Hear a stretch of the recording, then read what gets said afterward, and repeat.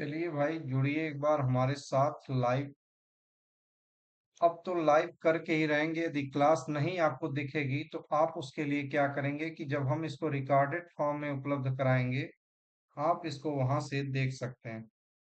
आप इसको वहां से देख सकते हैं। अब इंटरनेट यदि धोखा दे तो क्या किया जा सकता है? इंटरनेट यदि धोखा देने लगे तो क्या किया जाएगा? फिलहाल अब हम लोग इसे लाइव करेंगे। यदि लाइव आपको दिखे तो जरूर देखें, अन्यथा आप इसको रिकॉर्डेड फॉर्म में जरूर देखें। चलिए, आपके सामने सब कुछ है। राष्ट्रपति के बारे में हम लोग देखेंगे। किसके बारे में? राष्ट्रपति के बारे में हम लोग देखेंगे। और यहाँ से यूपी ट्रिपल एस सी पेट में या एक लिखने के लोगों की धारणा बन जाती है, जैसे हमने ऊपर लिख दिया यूपी ट्रिपल एस सी पेट, तो लोग मान लेते हैं कि ये पेट में ही आएगा। लेकिन क्या राष्ट्रपति बदल जाएगा? कोई और एग्जाम होगा तो क्या राष्ट्रपति बदल जाएंगे? नहीं। चलिए, हम अपनी माँ सरस्वती को प्रणाम करते हुए आगे बढ़ेंगे। उम्मीद है कि आप सभी लोग जुड़ जाएंगे। एक बार पुनः आप लोग जरूर जुड़ेंगे। चलिए ठीक है, हम अब शुरू करते हैं। पहला प्रश्न है हम लोगों का, निम्नलिखित में से भारत के राष्ट्रपति के निर्वाचन हेतु निर्वाचक मंडल में कौन सम्मिलित नहीं है? चलिए, पहला प्रश्न है कि कौन, जो राष्ट्रपति का निर्वाचन होता है, जो राष्ट्रपति का निर्वाचन होता है, तो निर्वाचक मंडल की बात करेंगे। किसकी बात कर रहा है? निर्वाचक मंडल की। निर्वाचक मंडल की बात कर रहा है। निर्वाचक मंडल। निर्वाचक मंडल की बात कर रहा है। अनुच्छेद 54। क्या? अनुच्छेद 54 है। एक बार हम क्लास को शेयर करना चाहते हैं, एक बार शेयर कर लें। हाँ, तो 54 है अनुच्छेद। कितना? 54। इसमें क्या लिखा है? देखिए, कभी भी लाभ के जो पद होते, सॉरी, कभी भी आप पद के अपने अपने पद का फायदा नहीं उठा सकते हैं और नहीं उठाना चाहिए। उसीलिए क्या किया गया कि जो राष्ट्रपति जिनका मनोनयन करता है, राष्ट्रपति जिनका मनोनयन करता है, जिनका मनोनयन करेगा, वह कभी भी राष्ट्रपति जिनका मनोनयन करेगा वह कभी भी मनोनीत सदस्य कभी भी मतदान राष्ट्रपति को नहीं करेंगे।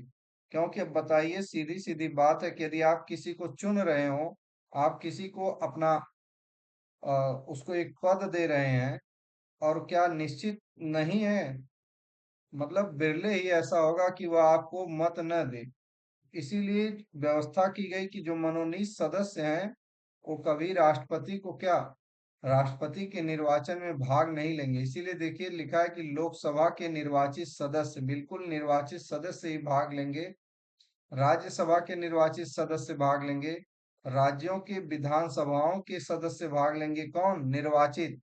लेकिन राज्यों की विधान परिषदों के सदस्य इसमें कभी भाग नहीं लेंगे, क्योंकि यह सीधे जनता के द्वारा चुने नहीं गए होते हैं। सीधे जनता के द्वारा चुने नहीं गए होते हैं। तो सही जवाब हो जाएगा पहले का। क्या सही जवाब हो जाएगा? डी बिल्कुल सही जवाब हो जाएगा। चलिए, हम लोग देख लेते हैं कुछ चीजें और हम लोग देख लेते हैं कि दो कौन कौन लोग होते हैं। तो लोकसभा लोकसभा तथा राज्यसभा, राज्यसभा एवं राज्यों की विधानसभा, राज्यों की विधानसभा, राज्यों की विधानसभा। ठीक। तो लोकसभा हो जाएगा, राज्यसभा एवं राज्यों की विधानसभा के सदस्य, निर्वाचित सदस्य लिखेंगे। क्या? के निर्वाचित सदस्य। अब प्रश्न यहाँ पे एक बात यह उठती है, एक बात यहाँ पे यह उठेगी कि यदि लोकसभा, राज्यसभा एवं राज्यों की विधानसभाओं के सदस्य यहाँ पे रहते हैं, तो क्या क्या बात उठेगी? क्या यूटीज भी रहेगा, मतलब जो केंद्र शासित प्रदेश हैं यह भी रहेंगे? तो हाँ, इसमें दो केंद्र शासित प्रदेश रहेंगे जहाँ पे विधानसभा है। कौन कौन सी? दिल्ली, एक दिल्ली हो जाएगा, और दूसरा कौन हो जाएगा? पुडुचेरी, दिल्ली और पुडुचेरी विधानसभा हो जाएगी, जिसके निर्वाचित सदस्य मतदान में क्या करेंगे, भाग लेंगे। चलिए, तो निर्वाचक मंडल की बात किस अनुच्छेद में की गई है? निर्वाचक मंडल की बात की गई है अनुच्छेद 54 में। और निर्वाचन की प्रक्रिया किसमें बताई गई है? निर्वाचन की प्रक्रिया किसमें बताई गई है? निर्वाचन की प्रक्रिया, चलिए भाई, निर्वाचन की प्रक्रिया अनुच्छेद 55 में बताई गई। चलिए, दो अनुच्छेद हमारे क्लियर हुए राष्ट्रपति से संबंधित। भारत के राष्ट्रपति पर महाभियोग की प्रक्रिया क्या है? इसका सही जवाब क्या हो जाएगा? राष्ट्रपति, भारत के राष्ट्रपति पर महाभियोग की प्रक्रिया क्या है? इसका जवाब आप बताएं, क्या हो जाएगा?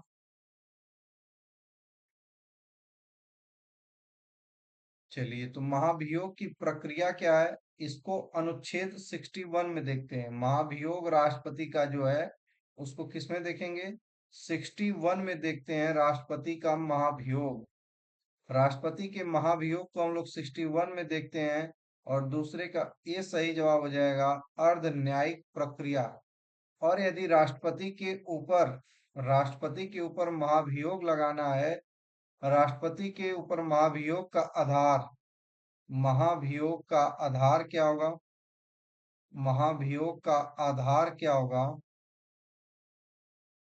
महाभियोग का आधार हो जाएगा भाई, संविधान का अतिक्रमण। केवल एक ही आधार है जिसके आधार पर राष्ट्रपति के ऊपर महाभियोग लगाया जा सकता है, संविधान का अतिक्रमण।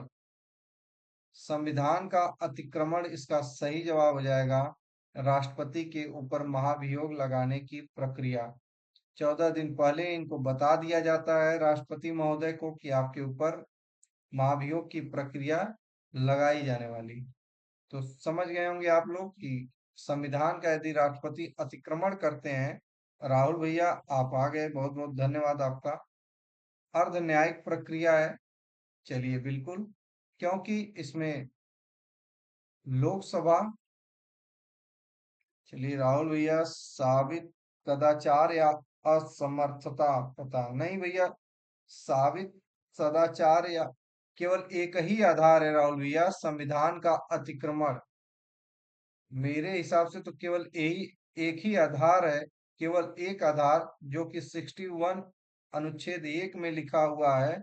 61 अनुच्छेद 1 में लिखा हुआ है, इसमें 61 के 1 में लिखा हुआ है कि संविधान का अतिक्रमण ही केवल एक मात्र आधार होगा राष्ट्रपति के, किसका, महाभियोग की प्रक्रिया लगाने से। चलिए, भारतीय संविधान के 70वें संशोधन द्वारा भारत के राष्ट्रपति के चुनाव में जिन दो केंद्र शासित प्रदेशों को भाग लेने का अधिकार दिया गया, वे कौन से हैं? इसका सही जवाब क्या हो जाएगा? 70वें संशोधन द्वारा भारत के राष्ट्रपति के चुनाव में इन्हें भाग लेने के लिए अहर किया गया था। वे दोनों राज्य कौन से हैं, बताएंगे भैया? चलिए राहुल भैया, आपके समर्थन के लिए बहुत बहुत धन्यवाद आपका। चलिए, इसका सही जवाब क्या हो जाएगा?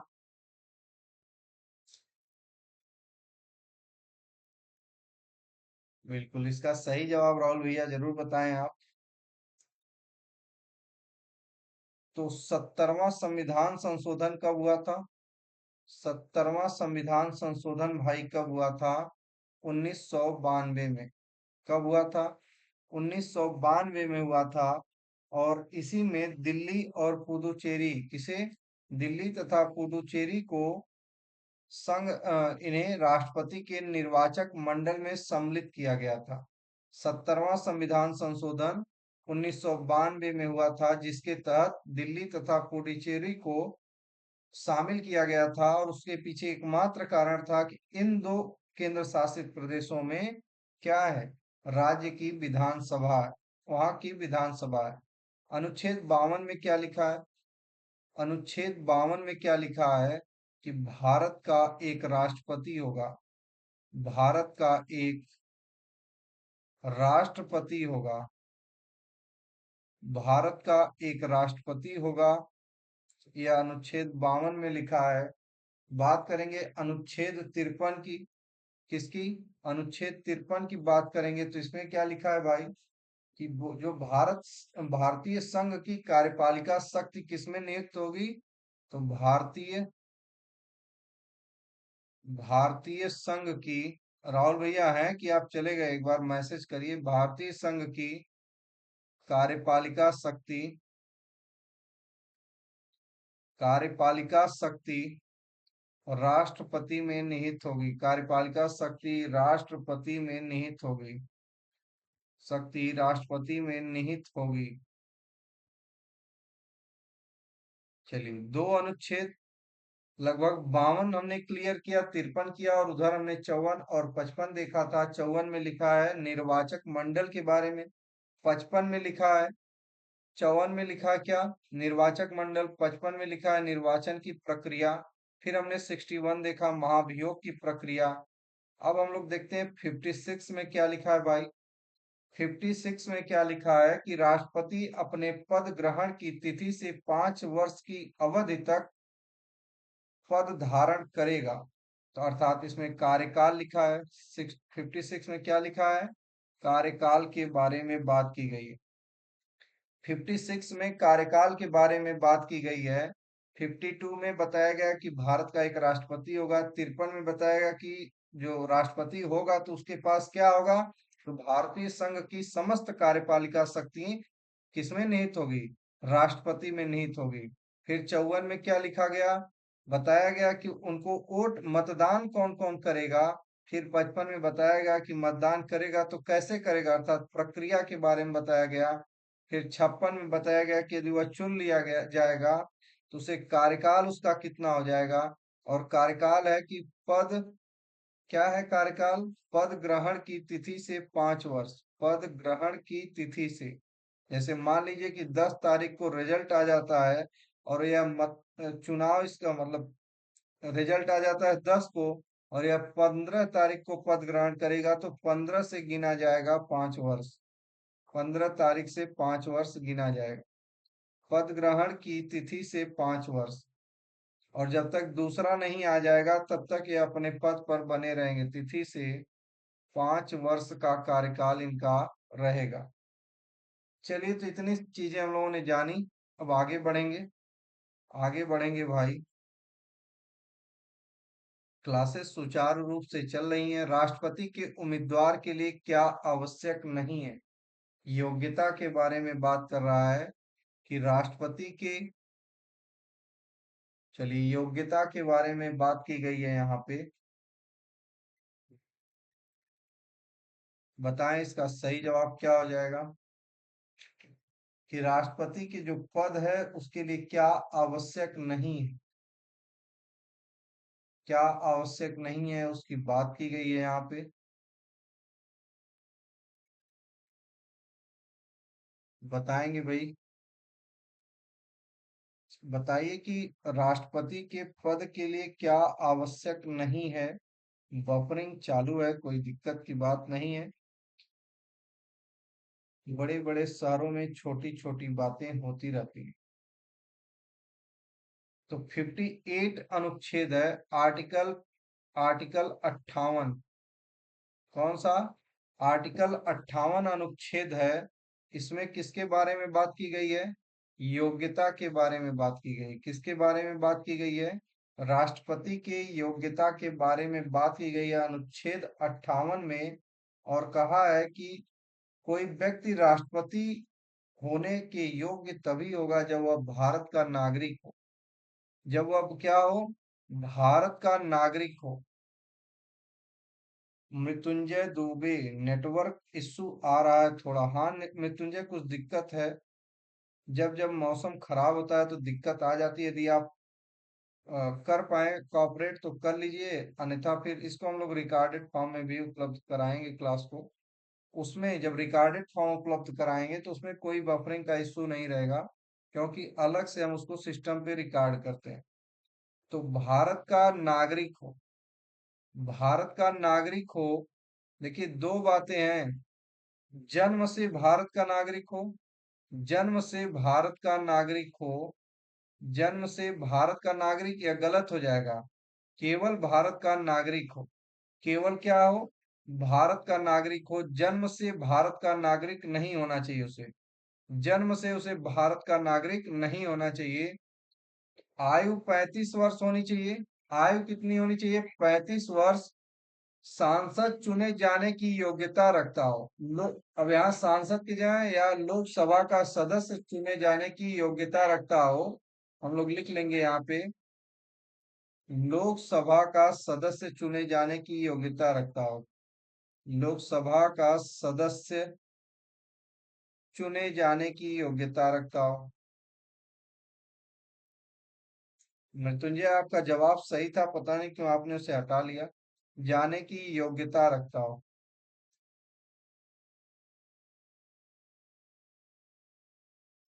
चलिए, बार बार ये दिक्कत आ रही है इंटरनेट कनेक्शन की, बार बार आ रही है, तो 4 का 20 सही हो जाएगा। पढ़ा लिखा हो, चुनाव के समय लाभ का पद धारण नहीं करना चाहिए, मानसिक दिवालिया नहीं होना चाहिए, यही सब योग्यताएं हैं। ज्यादा दिक्कतें यहीं पे होती हैं। ज्यादा दिक्कत इसी में होती है कि दे देता है कि भारत का जन्म से नागरिक होना चाहिए या भारत का नागरिक होना चाहिए। तो केवल क्या होना चाहिए? भारत का नागरिक होना चाहिए। अगले प्रश्न पे हम लोग बढ़ेंगे। एक सांसद अथवा विधानसभा का सदस्य राष्ट्रपति निर्वाचित हो सकता है, परंतु उसे क्या करना होगा? परंतु उसे क्या करना होगा भाई?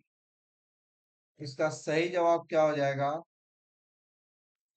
एक सांसद अथवा विधानसभा का सदस्य निर्वाचित राष्ट्रपति का निर्वाचन या उसका निर्वाचन हो सकता है, इसका सही जवाब क्या हो जाएगा? परंतु उसे तुरंत, निर्वाचित होने के तुरंत बाद अपनी सदस्यता छोड़नी होगी। इसका सही जवाब हो जाएगा 5वें का सी। निर्वाचित होने के तुरंत बाद अपनी सदस्यता क्या करनी होगी? उसे छोड़नी होगी। चलिए, 5वें का सी सही जवाब हो जाएगा। अगले प्रश्न पे हम लोग बढ़ेंगे। क्लासेस बंद हो चुकी हैं लाइव। भारत के राष्ट्रपति पर महाभियोग चलाने के लिए कम से कम कितने दिन की पूर्व सूचना की आवश्यकता है? तो महाभियोग की बात किसमें की गई थी? अनुच्छेद 61 में की गई है, 61 में बात की गई है। चलिए, तो लाइव क्लासेस इंटरनेट की वजह से भाई बंद हो गई हैं। क्लासेस हम आप लोगों को उपलब्ध कराएंगे रिकॉर्डेड फॉर्म में। रिकॉर्डेड फॉर्म में क्लास आप लोगों को उपलब्ध होगी। फिलहाल हम इसको रिकॉर्ड कर रहे हैं इसमें। चलिए, 61 में महाभियोग की प्रक्रिया का उल्लेख है। महाभियोग की प्रक्रिया का उल्लेख किसमें है? 61 में है, और उसी में लिखा गया है कि यदि राष्ट्रपति संविधान का अतिक्रमण करता है तो उसके ऊपर महाभियोग की प्रक्रिया को चलाया जाना चाहिए। और क्या करना चाहिए?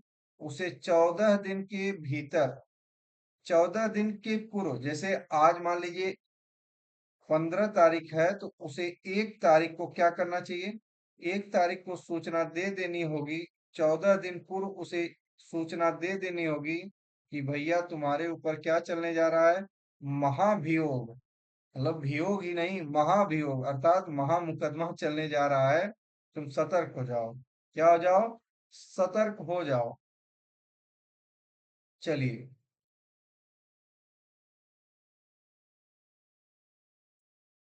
जो महाभियोग का प्रस्ताव आएगा, महाभियोग का जो प्रस्ताव आएगा, प्रस्ताव यह कितने से पास होगा? तो 2 तिहाई, 2 तिहाई मतों से इसे पास होना होगा। 2 तिहाई मतों से इसे क्या होना होगा? पास हो जाना होगा। तभी यह दूसरे सदन में जाएगा। तभी यह क्या? दूसरे सदन में जाएगा। चलिए भाई, अगले प्रश्न पे बढ़ेंगे। भारतीय संविधान का कौन सा अनुच्छेद राष्ट्रपति के पद के लिए पुनः निर्वाचन की योग्यताएं निर्धारित करता है? इसका सही जवाब क्या हो जाएगा?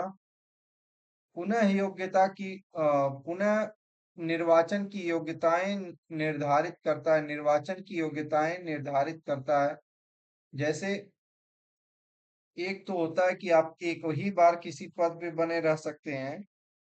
एक तो यह होता है कि आप एक ही बार किसी पद पर बने रह सकते हैं, और दूसरा क्या होता है कि आप उसके पद को दोबारा धारण कर सकते हैं। ये बात किस अनुच्छेद में लिखी गई है?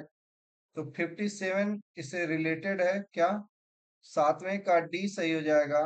57, सातवें का डी हो जाएगा 57। चलिए भाई, सातवें का डी सही हो जाएगा। 57 बिल्कुल सही जवाब हो जाएगा हम लोगों का। तो 58 में योग्यता लिखी गई है। 58 में क्या लिखा गया है? योग्यता लिखी गई है। और 57 में पुनः निर्वाचन की योग्यताएं निर्धारित की गई। चलिए भाई, आगे बढ़ेंगे हम लोग शानदार तरीके से। यदि भारत के राष्ट्रपति के चुनाव में कोई विवाद हो तो उस विवाद को कहाँ सौंपा जाएगा? उस विवाद को कहाँ सौंपा जाएगा? इस प्रश्न का सही जवाब क्या हो जाएगा? इस प्रश्न का सही जवाब क्या हो जाएगा? तो जो भारत का सर्वोच्च न्यायालय है, भारत का जो सर्वोच्च न्यायालय है, यहीं पे क्या होगा? राष्ट्रपति के चुनाव में यदि कोई विवाद है, उसे किसे दिया जाएगा? भारत के सर्वोच्च न्यायालय को दिया जाएगा। राष्ट्रपति अपना त्याग पत्र देंगे किसे? देखिए, राष्ट्रपति से जुड़ी हुई बातें देख लीजिए। राष्ट्रपति शपथ, शपथ इन्हें कौन दिलाएंगे? Chief justice of India, CJI, chief justice of India इन्हें शपथ दिलाएंगे। और त्याग पत्र किसे देंगे? त्याग पत्र किसे देंगे? तो त्याग पत्र देंगे उपराष्ट्रपति को। किसे? उपराष्ट्रपति को त्याग पत्र देंगे। अब यहाँ पे एक दिक्कत ये आ गई थी ना भाई, कि शपथ तो सीजीआई दिलाएंगे, लेकिन त्याग पत्र देने के लिए सीजीआई के पास थोड़ी जाएंगे। अब उपराष्ट्रपति ही हैं, इन्हें इन्हीं के छोटे भाई हैं, कहेंगे कि लो भैया, अब तुम देखो, अब हम चल रहे हैं, अब तुम देखो, अब हम चल रहे हैं। और राष्ट्रपति क्या करेंगे? उपराष्ट्रपति क्या करेंगे? उपराष्ट्रपति इसकी सूचना, त्याग पत्र की सूचना किसे देंगे? लोकसभा के अध्यक्ष को। किसे देंगे? लोकसभा के अध्यक्ष को इसकी सूचना देंगे, लोकसभा के अध्यक्ष को। चलिए, तो ये रही बातें राष्ट्रपति से संबंधित, त्याग पत्र से। यदि भारत के राष्ट्रपति का पद रिक्त हो जाए और उपराष्ट्रपति भी न हो, तो निम्नलिखित में से कौन कार्यवाहक राष्ट्रपति होगा? इसका सही जवाब क्या हो जाएगा? तो सर्वोच्च इस दशा में यदि राष्ट्रपति अगर न रहे तो उनकी जगह पे उपराष्ट्रपति को बनाया जाता है, लेकिन यदि उपराष्ट्रपति भी न रहे, उनकी जगह पे सर्वोच्च न्यायालय के मुख्य न्यायाधीश को बना दिया जाता है। क्या? उस कार्यवाहक राष्ट्रपति, उच्चतम न्यायालय के मुख्य न्यायाधीश को। यदि यह भी नहीं रहेंगे, तब किसे बनाया जाएगा? उसी न्यायालय के जो वरिष्ठतम न्यायाधीश रहेंगे, जो उपलब्ध रहेंगे, उन्हीं को बना लिया जाएगा। वेतन की बात करेंगे, राष्ट्रपति वेतन कितना पाते हैं? तो 5 लाख रुपया इन्हें दिया जाता है, और 5 लाख रुपया इनको मिलता है। चलिए भाई, इनका जो वेतन होता है आयकर से मुक्त होता है। हमारे एक पूर्व राष्ट्रपति थे, उन्होंने कहा था कि अरे भाई, हमको भी तो टैक्स वैक्स देना होता है। तो ऐसी कोई बात नहीं है, राष्ट्रपति को कोई भी कर नहीं देना होता है। भारत के राष्ट्रपति और उनकी पत्नी दुनिया भर में कहीं मुफ्त में यात्रा कर सकते हैं। राष्ट्रपति के पास 5 लोगों का क्या होता है? स्टाफ होता है। चलिए, इनके वेतन और भत्ते में इनके कार्यकाल के दौरान किसी प्रकार की कमी नहीं की जा सकती है, बढ़ोतरी भले से कर लेंगे। और पेंशन ये कितना लेते हैं? पेंशन कितना लेते हैं? तो 1.5 लाख रुपया प्रति माह। 1.5 लाख रुपया इनकी पेंशन होती है, और 60,000 रुपया इनके स्टाफ के लिए अलग से दिया जाता है। चलिए, अगले प्रश्न में पढ़ेंगे कि भारत के राष्ट्रपति अपना त्यागपत्र किसको संबोधित करके देते हैं? तो 10th का बी सही हो जाएगा। 10th का बी। क्षमादान की शक्ति किसमें होती है? क्षमादान की शक्ति है इनके पास अनुच्छेद 72 में। क्या? इससे बेहतर कुछ नहीं हो सकता, इससे बहत्तर कुछ नहीं हो सकता कि यह किसी को क्षमा कर दे। तो क्षमादान की शक्ति होती है अनुच्छेद 72 में। चलिए भाई, कैसी लगी क्लास आपको? राष्ट्रपति से संबंधित कुछ बातें हम लोगों ने जानने का प्रयास किया। आप लोग जरूर क्लास को अपना प्यार और सम्मान जरूर दें। कल से हम लोग, अगर इंटरनेट बढ़िया रहेगा तो इसे लाइव जरूर पढ़ेंगे और शानदार तरीके से पढ़ेंगे। तब तक के लिए जय हिंद, वंदे मातरम।